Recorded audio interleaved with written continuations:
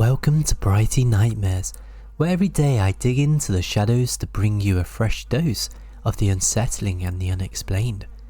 For my first video, I've got 3 stories, each one true, or so the account claims. These are tales of stalkers, figures who watched, waited, and left their prey wondering if they'll ever feel safe again. So let's dive in.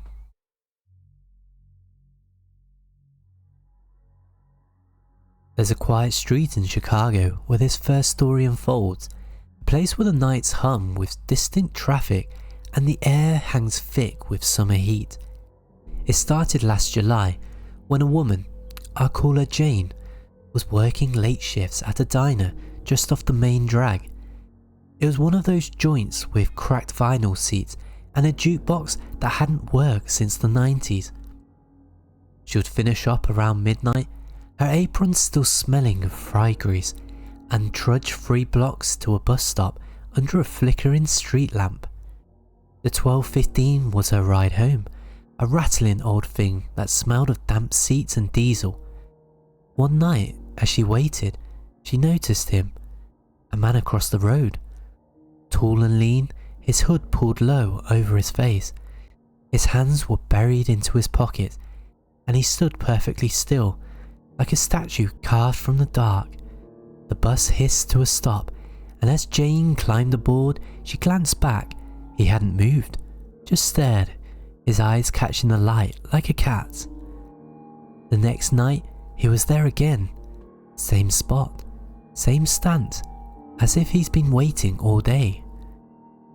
Jane's stomach churned, but she told herself it was nothing, just some bloke with nowhere to go.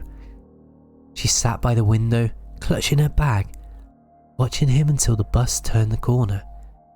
Night 3. She couldn't shake the feeling. The air felt heavier, the street quieter, and there he was, closer now, maybe 10 feet from the stop, still as a stone. She fumbled her phone out, hands shaking, and snapped a photo through the grimy glass. His hood shadowed his face, but that stare cut through the blur. She didn't look at it again until she got home, locked in, lights blazing. Sleep didn't come easy after that. A week crawled by and it got worse.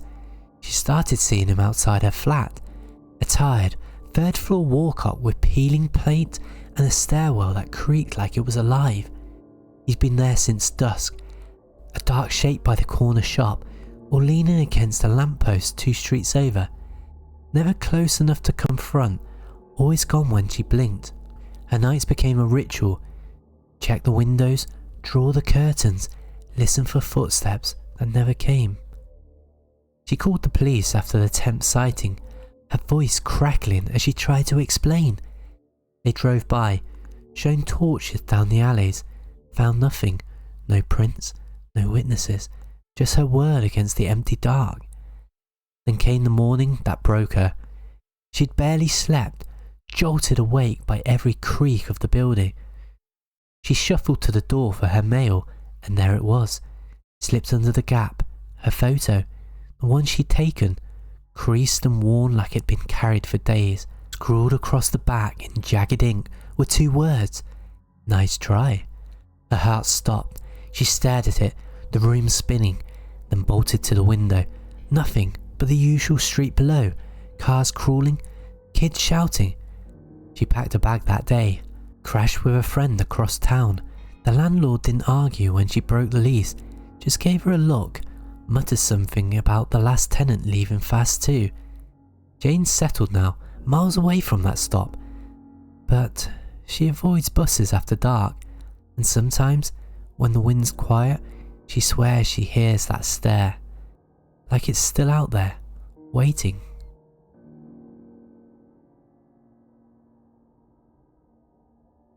This next tale takes us to Sydney 2 years ago, when the nights were warm and the city buzzed with life.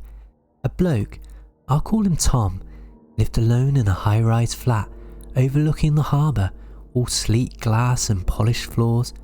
It was the kind of place you'd feel safe in, with security downstairs and a view that stretched for miles. That is, until the call started. It was 3 AM. sharp as a knife, when his phone buzzed on the nightstand, jolting him from a dead sleep. He answered, groggy, expecting a mate or a wrong number, but nothing, just breathing, slow and heavy, like someone holding the line just to listen. A click, then silence. He checked the screen, unknown number, no caller ID. And the calls kept coming, every night, same time, like clockwork. He would pick up, hear that breathing, sometimes a faint rustle, like fabric shifting, then the disconnect. He blocked the first number, but the next night a new one rang, then another and another, different digits, but same pattern. After a week, he stopped answering, let it buzz itself out, but that's when the text crept in. Short, sharp stabs. I see you. Look out your window. Nice shirt today. He would freeze, heart hammering, and peek through the blinds. Nothing but the harbour's gleam and the empty street below. Once, late at night, he thought he saw a shadow shift near the bins. A flicker of movement, but the dark swallowed it before he could focus. Tom's life started fraying. He would keep the lights off, move room to room like a ghost, double check the locks until his fingers ached. He brought a cheap security camera, pointed it at the door. Nothing showed up, just static nights and his own tired reflection. Then came the night he ran. He crashed at a mate's place across town, didn't tell a soul where he was going, just grabbed the bag and bolted. The call stopped, no 3 AM buzz, no text. He sank into the sofa, exhaled for the first time in weeks. Then his phone lit up. Nice couch. He stared at it, the words burning into him. He was alone, blinds shut, no way anyone could have known. He stumbled to the window, peered out, empty street, silent night. He stayed awake till dawn, clutching a cricket bat, jumping at every creak. Tom ditched the phone the next day. New number, new SIM, even moved to a different suburb. A squat little house with thick walls and no view. The calls haven't followed. Well, not yet. But he still wakes at 3 AM, ears straining for that buzz. He's got the blinds nailed shut now, and he doesn't answer unknown numbers, ever. Whoever it was, they had been closer than he had ever known.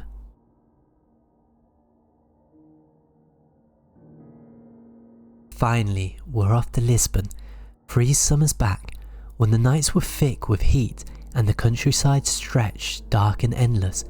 A woman, I'll call her Anna, had been at a mate's party, a rambling old house off the main road, all laughter and wine until the clock pushed past midnight. She said her goodbyes, climbed into her beat-up hatchback and started the drive home. Winding back roads flanked by olive trees and crumbling stone walls. It was late, the kind of dark where your headlights carve a tunnel through the black and the radio crackles with static. She glanced into her rear view mirror and saw it. A car, no headlights, just a shadow hovering a few lengths behind. She tapped the accelerator, figuring they'll just drop back, maybe drunk, maybe a glitch. They didn't. They sped up too, matching her pace like a mirror. She slowed, testing them. They slowed, keeping that exact distance. No lights, no sound, just a shape tailing her through the bends. Her hands tightened on the wheel, sweat prickling her neck. She pushed the speed, 60, 70, 80 kilometers, trees blurring past, the engine whining, but the car stuck to her, relentless. She flicked her high beams, hoping to signal. Nothing, just that silent shadow. Her mind raced. Accident? Robber? Something worse? 10 minutes in, her throat was dry, her knuckles white. She remembered a petrol station ahead, open late, floodlit, a beacon in the dark. She swerved in, tires crunching the gravel, and parked under the brightest lamp, engine still running. The car stopped too, across the road, idling, a black smudge against the night. She couldn't see the driver, just a vague shape behind tinted glass, unmoving. Her phone shook as she dialed her brother, whispering him to hurry. eyes locked on that silhouette. The pumps were quiet, the clerk inside oblivious, and the air felt thick, like it was pressing her down. She waited, counting breaths. 5 minutes, 10, 15. The car didn't budge. Its engine a low growl she could feel in her chest. Her brother roared up 20 minutes later, headlights blazing, gravel splitting under his tyres.